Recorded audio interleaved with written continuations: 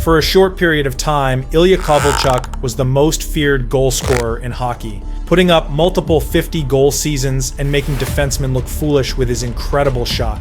But what if I told you that just a few years after signing the biggest contract in NHL history, he would walk away from it all and seemingly vanish from North American hockey? Well, that's exactly what happened. And to figure out the truth behind his shocking exit, let's go back to the beginning. If you enjoyed this look at Ilya Kovalchuk's incredible journey and want to discover more forgotten sports legends, hit that like button and subscribe now.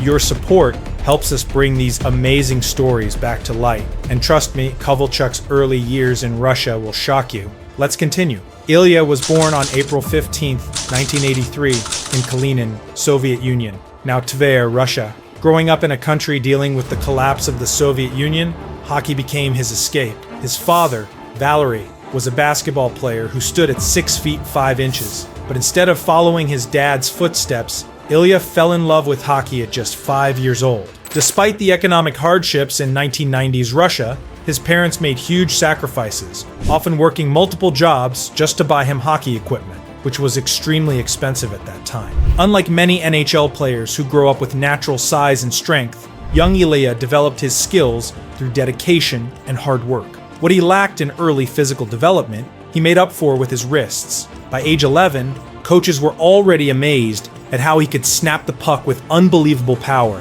leaving goalies with no chance. One of his youth coaches recalled, even as a boy, he had the shot of a grown man.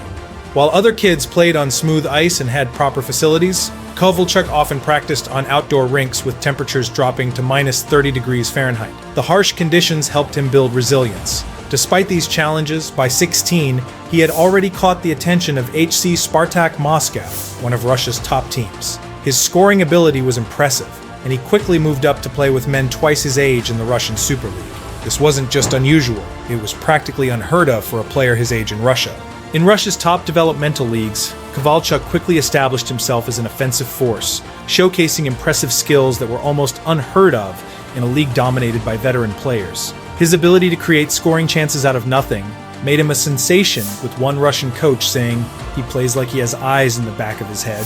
During national team tournaments, Kovalchuk wore the number 71, a reverse of his hockey idol Pavel Bure's 17, showing just how much he wanted to follow in the footsteps of the Russian Rocket. When the 2001 NHL draft approached, scouts weren't just impressed, they were practically drooling over his potential. "He's the total package," said one NHL scout. "The shot, the speed, the hand, he's the kind of player you build a franchise around." Another famously declared, "Kovalchuk could score 30 goals in the NHL right now today without any adjustment period." This kind of praise put him in rare company, drawing comparisons to Alexander Mogilny and Pavel Bure, but many believed Kovalchuk's ceiling was even higher. The excitement around Kovalchuk was so intense that when the draft lottery gave the Atlanta Thrashers the first overall pick, their general manager Don Waddell didn't even try to create suspense. "We're taking Kovalchuk, period," he told reporters months before the draft. For the struggling Thrashers franchise,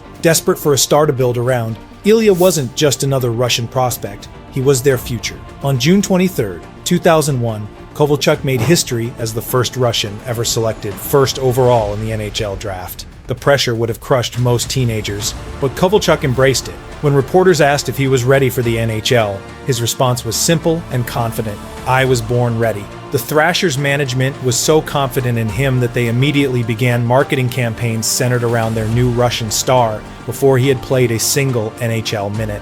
Despite all the hype, Kovalchuk's first NHL game on October 4, 2001 didn't go as planned. He was held scoreless and looked overwhelmed at times, but any doubts disappeared just 3 nights later when he scored his first NHL goal, a powerful shot that left the goalie stunned. By the end of his rookie season, he had put up an impressive 29 goals despite missing 17 games with a shoulder injury. It didn't take long for everyone to see. This wasn't just rookie luck. In his second season, Kovalchuk exploded onto the scene, hitting the 38-goal mark and establishing himself as one of the league's most dangerous snipers. What made him special wasn't just how many goals he scored, but how he scored them. On December 13, 2002, he put the league on notice with a hat trick against Florida, showcasing his incredible skill. On July 11, 2013, the hockey world was stunned when Kovalchuk announced his retirement from the NHL at just 30 years old, walking away from the remaining $77 million on his contract. The next day, he signed with SKA St. Petersburg in Russia's KHL. The news hit like a bomb. Devils general manager Lou Lamoriello issued a brief statement, reflecting the team's surprise and disappointment. The timing couldn't have been worse for New Jersey. They had already lost top forward Zach Parise to free agency the previous summer, and now their offensive cornerstone was gone too. The team had spent years building around Kovalchuk, even trading away their 2014 first-round draft pick as part of the penalty for his contract. Now they were left with nothing but salary cap penalties that would hurt them for years. Around the league, reactions ranged from shock to anger. Many expressed disappointment and frustration with Kovalchuk's decision, feeling it was a significant blow to the Devils in the NHL. Others were more understanding, acknowledging the personal and cultural factors that might have influenced his choice. Some noted that being a Russian star living far from home could be challenging, suggesting that Kovalchuk's decision should be understood in that context. The move to Russia transformed Kovalchuk's game. No longer was he the pure goal scorer who fired pucks from everywhere. His speed had diminished slightly, and he became more of a playmaker. His statistics reflected this change. In his first KHL season, he scored just 16 goals in 45 games, a significant drop from his NHL pace. Hockey analysts noted the change in his play, observing that Kovalchuk was no longer the dominant force he once was in the NHL. His shot didn't have the same lethal quality anymore, and he seemed more focused on extending his career rather than dominating games. By his third season, Kovalchuk was scoring at will. In a game against Pittsburgh, he fired a slap shot that was so hard, it left the goalie reeling. His Thrashers teammate Danny Heatley said, "I've never seen anyone who can change a game with one shot like Kovy can. He doesn't need chances. He just needs a split second." The 2005-06 season saw Kovalchuk reach the elite 50-goal mark for the first time, joining a short list of the game's greatest scorers. What made this even more remarkable was that he did it on a Thrashers team that finished near the bottom of the standings. By this point, he had been selected to multiple All-Star games, where his powerful slap shot consistently impressed fellow players. In 2008, the Thrashers rewarded him with a 5-year, $32 million contract extension, enormous money at that time. The team's general manager justified the huge contract by highlighting Kovalchuk's impact on the team and the fans. During home games, the arena would fill with fans eager to see him play, showcasing his popularity. The Thrashers became completely dependent on his scoring. In the 2007-08 season, he accounted for a significant portion of all the team's goals, making him crucial to their offense. On nights when Kovalchuk didn't score, the Thrashers struggled to win, emphasizing his importance to the team. As Kovalchuk's contract with Atlanta approached its end, teams across the league prepared massive offers for the star sniper.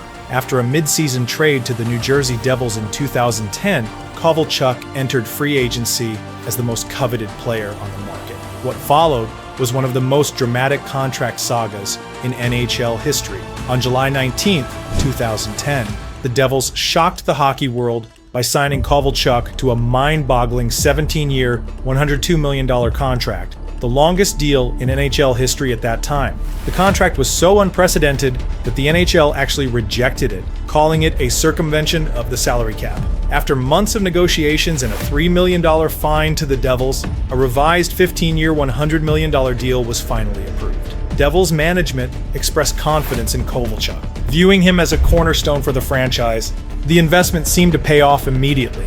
In the 2011-12 season, Kovalchuk led the Devils on an improbable playoff run all the way to the Stanley Cup Finals. During this stretch, he wasn't just scoring goals, he was dominating in all aspects of the game.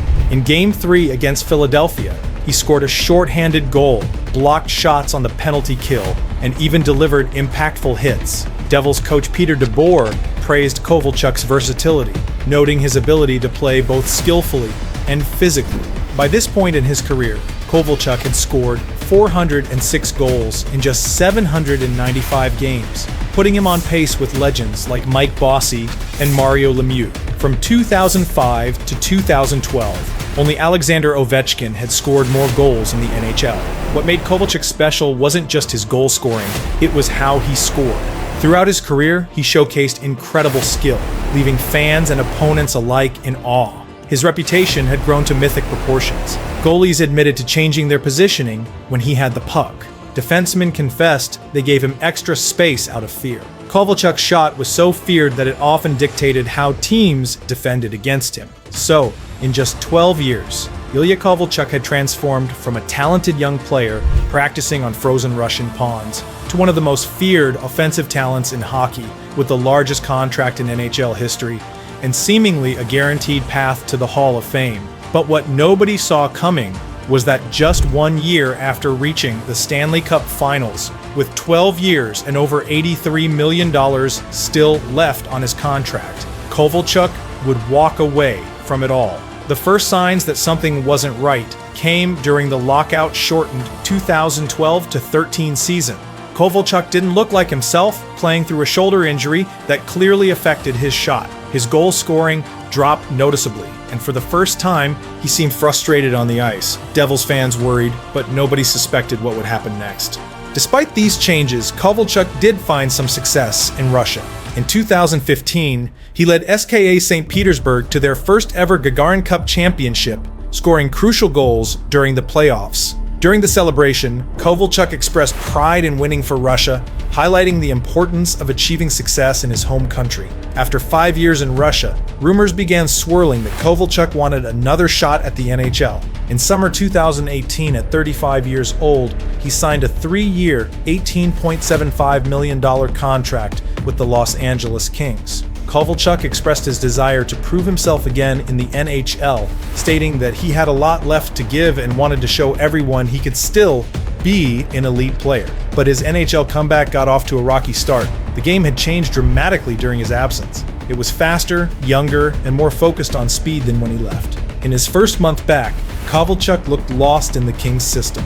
The same shot that once terrified goalies was now being routinely stopped. By December, he was being scratched from games and relegated to fourth-line minutes. There were occasional glimpses of the old Kovalchuk. On November 21, 2018, he scored 2 goals against Colorado, including an overtime winner where he danced around defenders like he was 25 again. His teammates were impressed by these performances, acknowledging that when Kovalchuk played like that, he was still a formidable force on the ice. But these moments proved rare.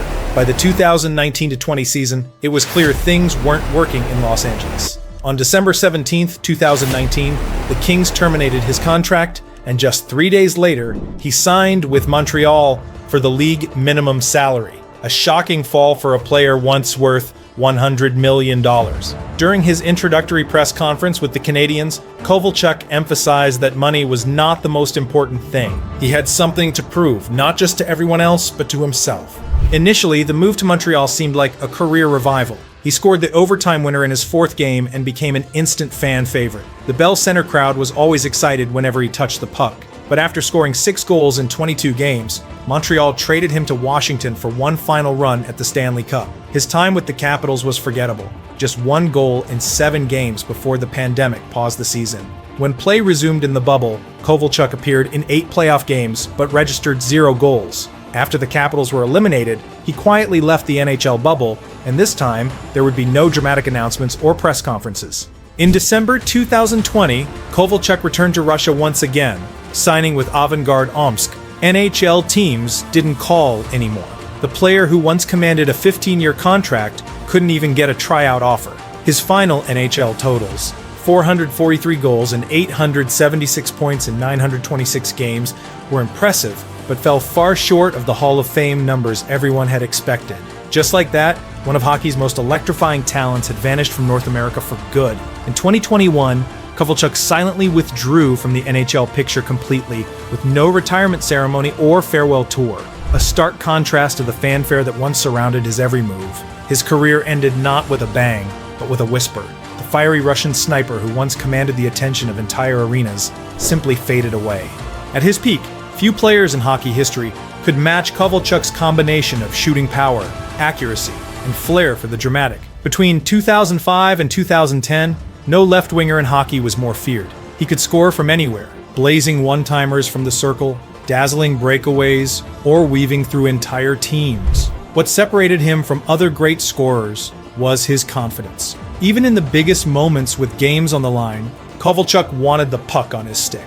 He didn't just accept pressure. He craved it. And if Kovalchuk had stayed in the NHL instead of returning to Russia in his prime, his legacy might look different. He was a player who appeared destined for the Hockey Hall of Fame, but instead became a cautionary tale about potential unfulfilled. Despite how things ended, Kovalchuk's impact on hockey during his prime years cannot be overstated. He helped pave the way for more Russian players in the NHL, showing that they could become franchise cornerstones.